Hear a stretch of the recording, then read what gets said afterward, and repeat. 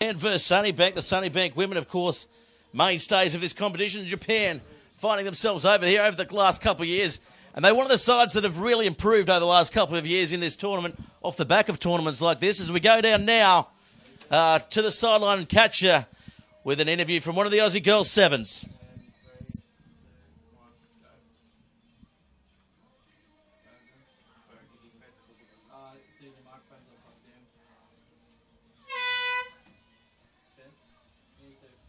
Oh, hang on. Okay, so Shannon, first up, win against New Zealand Wasps. How's it back after the Olympics, first tournament? Yeah, it's great to be back here and playing in Australia at Central Coast, a great tournament, and, a physical battle there against New Zealand Wasps, and, we had to come out firing, and very pleased with the result. Plenty of things to work on throughout the day and leading into tomorrow, so good stepping stone for our team, and, looking forward to the next game against Avoca. Fantastic, and you have some young players that you're trialling now as well, with two teams playing? Yeah, we've got two teams here, so we split out our senior contracted girls, and really looking forward to seeing how those development girls go, and a contract could be theirs come January. Thanks very much. No worries. Thank you. Well, it's been a pretty good start here by the Japanese girls as they find themselves, and thanks to Katja for getting all the interviews down there on the sideline for us. And the Japanese girls go towards the try line here. Sunnybank holding them up in the tackle, but it's going to be a penalty to Japan here as they take the ball. They're 5 out. As I said before, they're one of the most improved sides in this 7 series off the back of tournaments like this, and they go towards the line. Security eye, Gareth, only a metre out. Great scrambling defence. Can they hold her up? They've prevented the try. Great defence by Sunnybank. Yeah, held up over the line. Defence by Sunnybank. Of course, they have got the height and weight over this Japanese side. Of course, traditionally one of the smaller teams here in this CC7S tournament, but certainly never lacking any heart, and they'll play right to the finish here, this Japan side. Wrapped up from the back, the ball floats out. Good defence there by the Sunnybank girls. The ball coming out now. There's a bit of space out wide. Nice support play by the Japanese. They love to throw it around. Nice tackle. Ball spills out. Sunnybank come down with it. Now they're going to spin it from left to right. Nice tackling again down low. There from Nagata. So a penalty. This will help their cause. Sunnybank just inside their own 22 as the rain continues to fall down, making conditions very slippery here for the ladies in this clash, just like our previous match. Ball comes out again. So this game, it's certainly a lot tighter than the first game we saw. Conditions here, the Japanese side probably not used to playing in conditions like this. Sunnybank, of course, coming up from Queensland. So it's rainy season up there at the moment, Pete. Yeah, up there in the tropics. They'd be used to downpours. Going back the other way, that's a nice little show of footwork there. Japanese spinning it around Japan. Running it with aggression, running with ferocity, running their way to the goal line, and here comes a try. Honoka! She's in, first try to the Japanese. They lead now by 5-0. Great start. Look at the faces of delight there. Courageous start. Very balanced. Look at this. Supporting your lady, supporting your teammate. And away they went. Nobody was going to catch Honoka.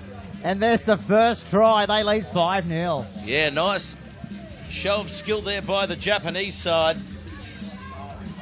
Missing the kick there. 5-0 is the score. They open the scoring here. So looking like they could be one of the tournament underdogs, Peter. Yeah, well, they've got a growing reputation, Gareth, as the world beaters. So keep an eye on this Japanese side.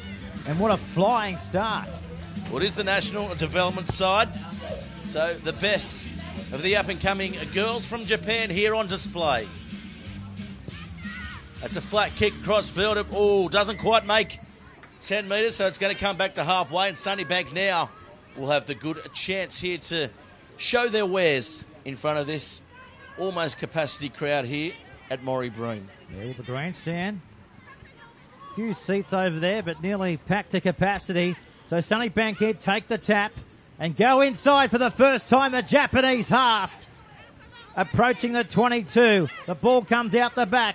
Here they chance. Coming out down out of Tapine. She steps, she weaves, still going. And brought down there, 25 metres out. Oh, turnover now to the Japanese. Now they turn defence into attack and come out with it.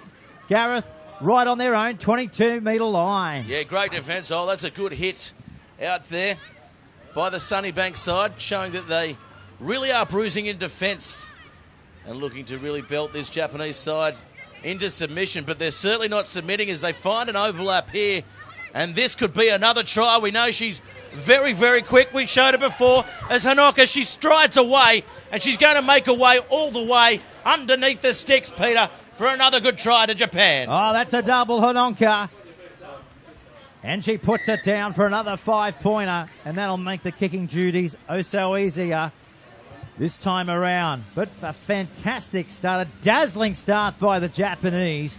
10 points to nil with 1.5 minutes to go as we have a look at the try on the replay. Well, we saw the draw and pass there. They played out of their own 20 there, so they show very good skill, very good guile, and, you know, they're certainly not afraid to throw this ball around in these conditions, Peter.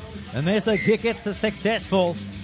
So Japan, they are in control here. A very focused first half from the side from the Japanese. They lead by 12 points to nil. 12-0 the score. And we thought Sunnybank maybe would have come into this game as favourites against this Japanese development side. Of course, knowing the conditions, less travel, but Japan just showing their class and just showing the skill on display by World Sevens at the moment. Of course, these development pathways and programs integral to the development of Sevens rugby, women's Sevens rugby, and of course men's Sevens rugby as well. Tournaments like these, the Central Coast Sevens, providing a great platform to get in the sights of national selectors as it opens up down the short side there. Hallett Mahuka gets up to the halfway. They look set. They're very deep, the Sunnybank side, ready to attack here.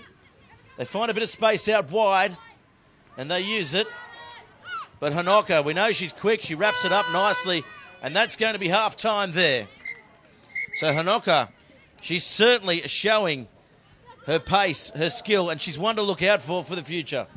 And there's Mayu on screen there. I thought she was going to be thrown right over the fence. She's pretty light, but we know she's fairly tough as a competitor. And there she is right there in the middle of the screen. This side, Sunnybank. Wow. Would they have believed that they would have been down by 12 at half-time? Not so many good judges in this ground probably would have thought so, but credit to Japan. They've torn them apart. And there's their coach right now just saying, let's just get back to the basics. It's only 2 tries in it, Gareth. So look at that shot. Beautiful day. Bit of rain above. Bit of theatre. You love a bit of rain, don't you, Peter? It's your go-to shot. It is my go-to shot. You love a bit of colour, and certainly plenty of that on display here at the CC7S, of course, Destination New South Wales, the University of Newcastle, and of course Central Coast Council coming on board here as the major partners for this Kinesio Cup side of the draw as well for the women. So coming up, our next match after this one will be the Aussie Pearls taking on the ACT Brumbies. So that's our next match coming up right here on Bar TV Sports. It'll be the Aussie Pearls Green v the ACT Brumbies. But right now, it's the Japanese. Well, they're unafraid. A real articulate first half of sevens for them. It's all in front of Sunnybank in this second half. Are they about to get back into the contest here? No, they've turned it over to the Japanese. And they love the run. They love to put the pace on up the middle and support the ball carrier. 12-0. The rain falling down from the skies above. Bus made by Hyonka. Picked up 2 tries in the first half for the Japanese. She's aiming for a hat trick in the second half.